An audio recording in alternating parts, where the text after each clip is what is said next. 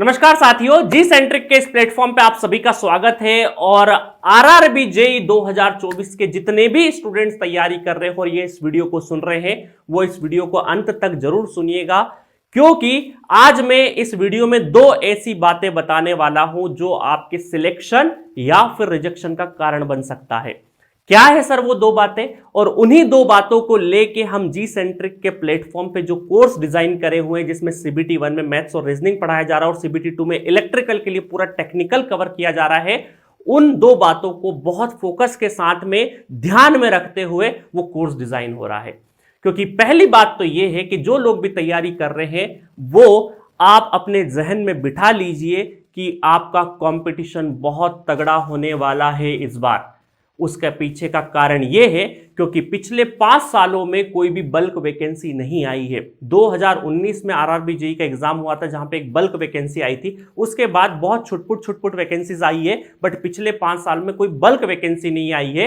तो ऐसे स्टूडेंट जो गवर्नमेंट जॉब की राह देख रहे थे वो स्टूडेंट भी इसमें अपीयर होंगे। First dropper, second dropper, third dropper, 4-5 साल से जो बैठे हुए थे गवर्नमेंट जॉब के लिए, वो सभी आपके कॉम्पिटिटर होंगे।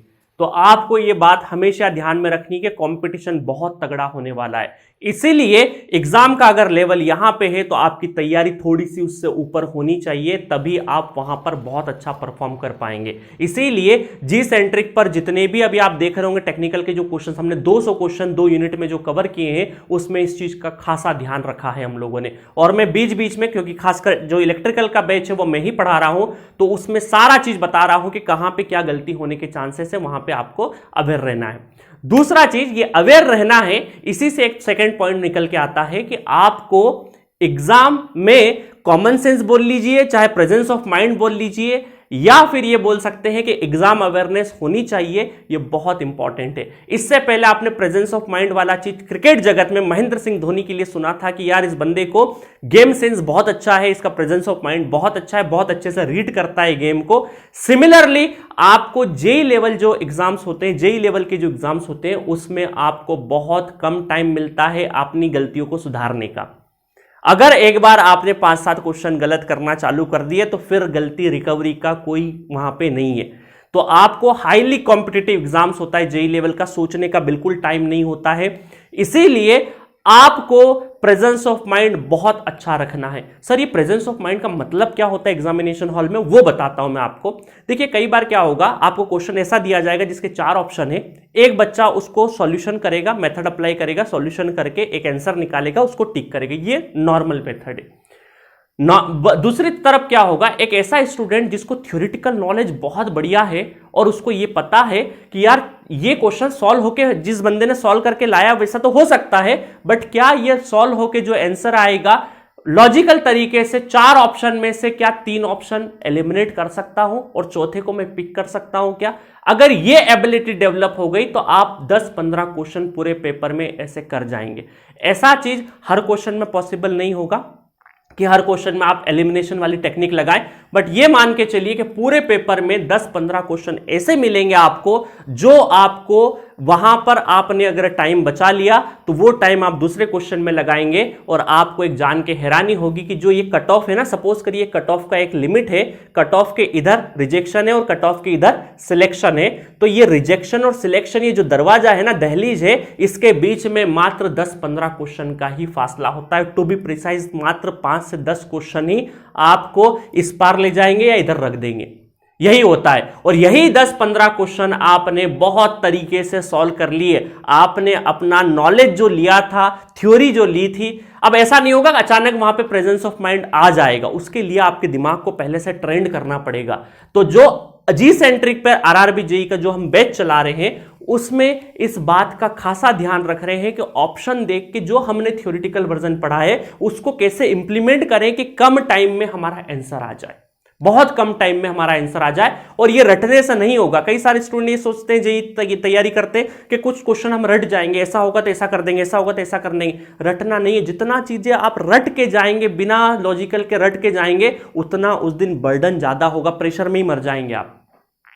इसीलिए आपको एक लॉजिकल पढ़ाई की जरूरत है। लॉजिकल तरीके से पढ़िए, और जहां पर आपको लगता है कि यार यहां पे ये थ्योरेटिकल वर्जन जो हमने पढ़ा, अच्छा ये वैल्यू इस रेंज में तो हो ही नहीं सकती, इसकी वैल्यू यहां पे हो नहीं सकती, अगर इसका सॉल्यूशन ऐसा होगा तो यहां तो हो नहीं सकता, उस तरीके से आप पूरे पेपर में 10-15 क्वेश्चन ऐसे आइडेंटिफाई करेंगे जो आपको कॉमन सेंस बेसिस पे आप कर जाएंगे, आपको सॉल्व करने की जरूरत नहीं पड़ेगी, और यही आपका सिलेक्शन का कारण बनेगा। तो मेरी इन 2 बातों का खासा ध्यान रखना। जो भी तैयारी कर रहे हैं, कहीं से भी तैयारी कर रहे हैं, आप ये मान के चलिएगा कि अगर लेवल यहां है तो आपकी तैयारी बहुत दुरुस्त होनी चाहिए, क्योंकि कंपटीशन बहुत अच्छा मिलने वाला है आपको। और दूसरा, आपको हमेशा प्रेजेंस ऑफ माइंड लगाना है क्वेश्चन सॉल्व करते टाइम पे, और पहले से दिमाग को ट्रेंड करना पड़ेगा, क्योंकि वहां पर आप सोचोगे कि अचानक चमत्कार हो जाएगा। चमत्कार नाम की कोई भी चीज नहीं होती है, किस्मत भी उसका साथ देती है जो मेहनत करता है।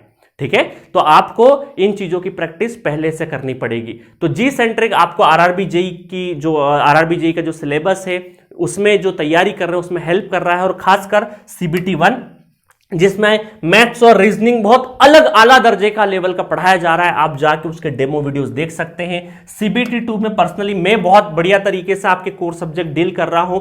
इलेक्ट्रिकल में सिर्फ टेक्निकल पोर्शन हम कवर करवा रहे हैं सीबीटी 2 में। ये दोनों कोर्स बहुत बेहतरीन तरीके से चल रहे हैं जी सेंट्रिक के एप्लीकेशन पे। आप जाइए, जो लोग भी इंटरेस्टेड हो पहले डेमो देखिए, दिल पे लगे, आपको लगे कि हाँ यार ये चीज मेरा सिलेक्शन करवा सकती है, क्योंकि हम जी सेंट्रिक पर वही चीज लेके आते हैं जो बेस्ट होती है, अदरवाइज लेके ही नहीं आते हैं।